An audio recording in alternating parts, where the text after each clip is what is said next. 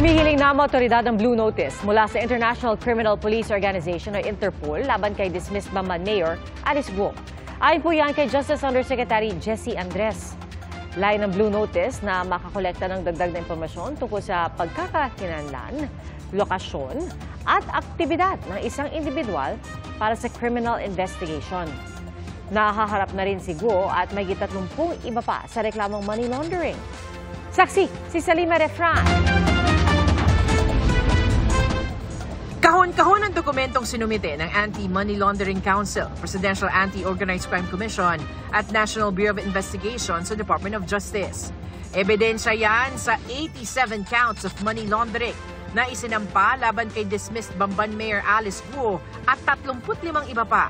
Na-trace umano ng mga ehensya ang 7 bilyong pisong nalikom mula sa isinagawang scam operations ng Pogo na Lucky South 99 sa Porac, Pampanga na napunta umano sa mga kumpanya ni Guo at ginamit para maitayo ang Baofu Compound at ang Hongsheng Gaming na naging Zunyuan Technology.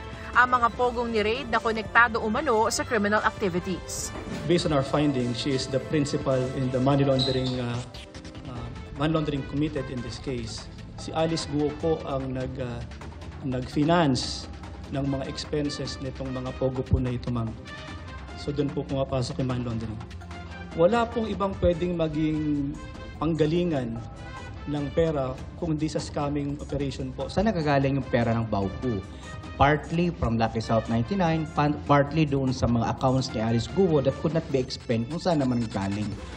Sa 105-page complaint, sinabing intensyon umano ni Guo at ng kanyang mga kasabwat na lumikha ng mga layer ng korporasyon para magmukhang lehitimong negosyo ang ginagawa nila.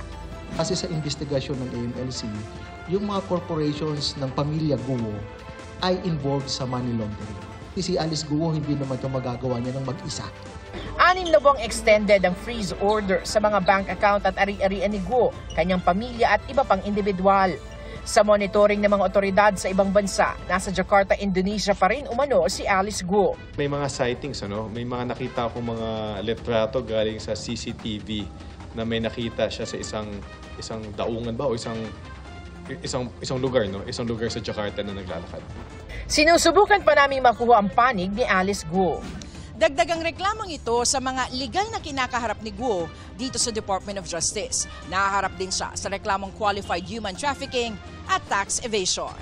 Bukod kay dismissed Mayor Guo, kasama sa money laundering complaint ang mga kapatid niyang sina Sheila at Seamen, kanilang mga magulang, foreign business partners ni Guo, incorporators, officers at management ng Baofu Land at ng mga Pogo, pati na rin ang negosyo ni Guo na QJJ Farms at QC Genetics. Dawit din sa reklamo si Cassandra Leong na kinatawa ng Lucky South 99 na kasalukuyang nakadetain pa rin sa kamera dahil sa contempt order laban sa kanya. Meron kaming nakikita na maaaring i-file o i-recommend na kaso or criminal charges against not just Cassandra, several personalities na but again we still have to complete the investigation in order that we can substantiate yung mga nakikita naming mga findings. Nauna nang sinabi ni Ong na wala siyang kinalaman sa mga Pogo o sa mga negosyo ng mga Guo.